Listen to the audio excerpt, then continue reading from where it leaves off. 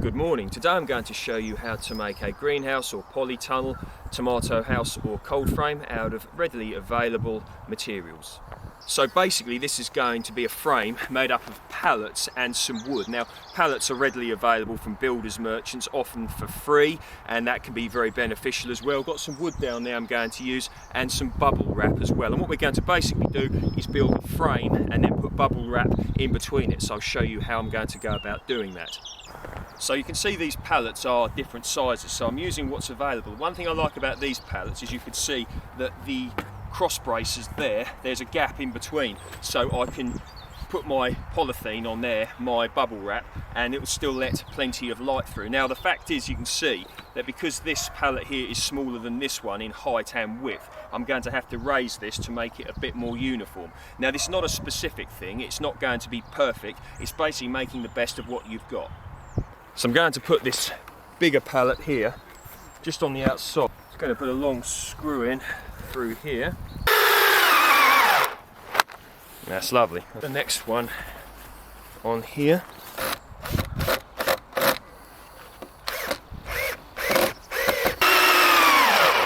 So just going to put a back brace or front brace in, depending on what angle you're looking at it from. It, lovely. I'm just going to put a cross brace across there just to give it a little bit more security.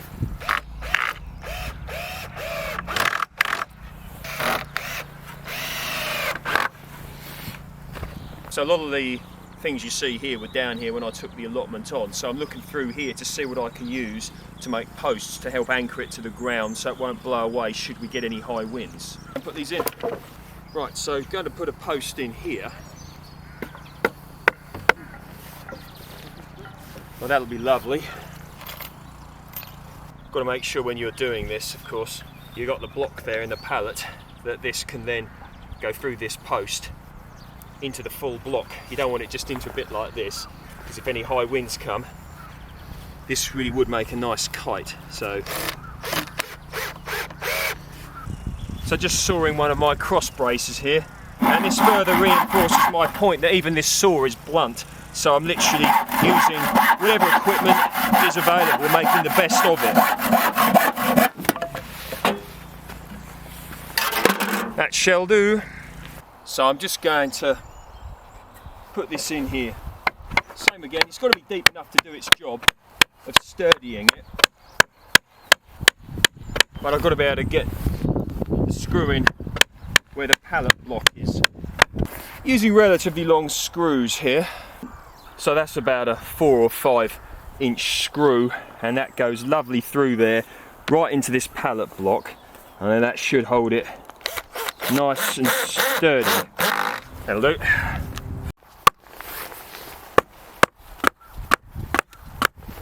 Lovely jubbly. Once again, 4 or 5 inch screw. If it splits, it don't really matter. The way to avoid splitting, of course, would be to pre-drill it, but because this is an informal approach, we're not worrying too much. It's getting quite sturdy now. Now that should be sturdy enough for the purposes of this construction.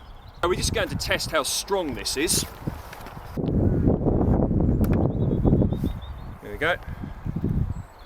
So anyway, I'm not recommending you try this, because that would be foolish if you did try it. In fact, it is foolish me doing it, but just to illustrate my point, don't try this at home. So there you go, pretty steady. I just walked the whole way through. I'm going to move my way across. I'm going to jump down now. Go. Now, I've got some bubble wrap here that I actually picked up in a clearance job I did for someone, so that's a nice thing. Now what I'm going to be doing is putting it around, and this is going to act as the polytunnel cover. So to do this, I'm just going to stretch my bubble wrap around, and I've got a very handy staple gun here. I'm just going to put staples in. There we go. Like that.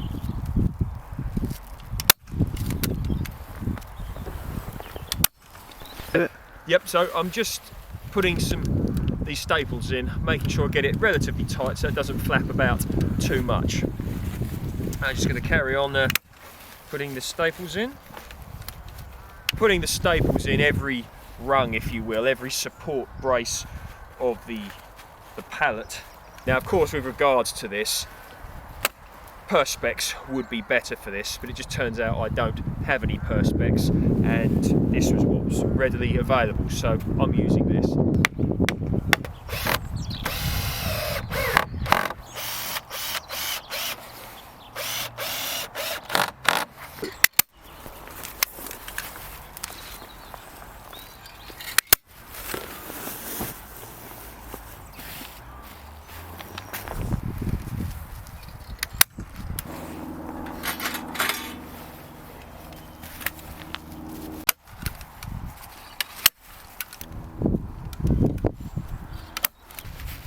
I'm going to screw that in, once again screwing into the block.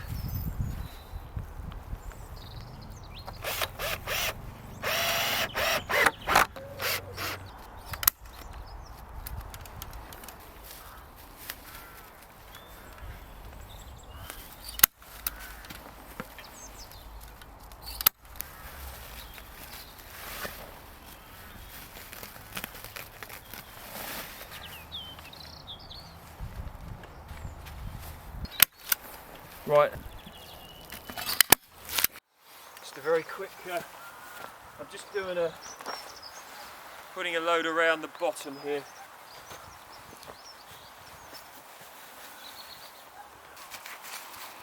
Just tucking this under, bubble wrap, under these curbstones, and stapling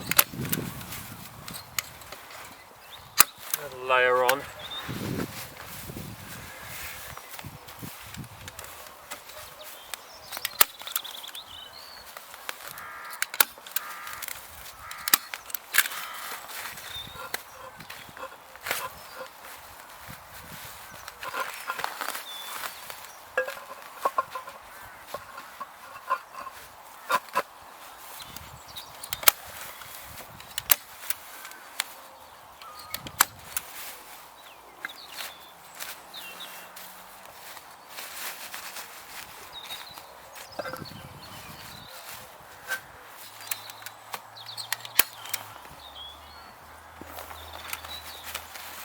So this here, I'm going to get some wood or some blocks and just lay them underneath here, or over the top there rather, and that should help hold that down a bit.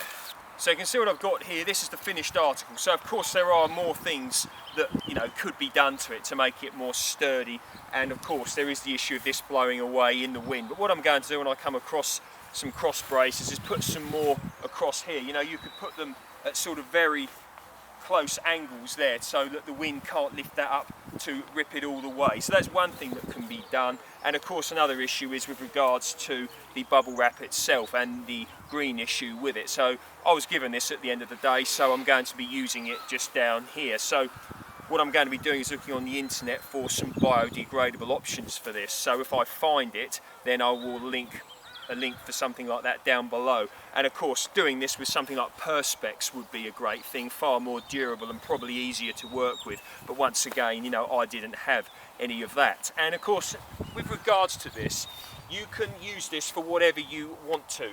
You can plant things in there, so I'm probably going to be growing something like melons in there, maybe some peppers, chilies, warmth loving plants, so something like that. What one could also do is maybe put some boards across, something like that, and here you could have this as like shelving. And you know, this is not a 100% design. You can play around with this and fiddle with it, but basically you could see what I've got here and the concept of it. So if you want to make your own little greenhouse, polytunnel, tomato house, cold frame, and you have things such as this, materials to make it out of, then you have an option. So don't be too sort of hard on yourself, and build something like that, and you'll probably be glad of what you've made. And of course I'm probably going to leave it open for the time being. I could always build something to have here as a front for it, but of course when the weather gets really warm, a little bit of ventilation will be very nice, because that can make fungal disease on plants less likely to occur. So yeah, and of course, if one does do this, goes without saying, one will need to water what they're growing in there because the rain isn't coming in. So there we are. Comments, questions, whatever's, please feel free to post below. And if you like my work, please feel free to like, share, subscribe. Thank you very much for viewing. See you next time.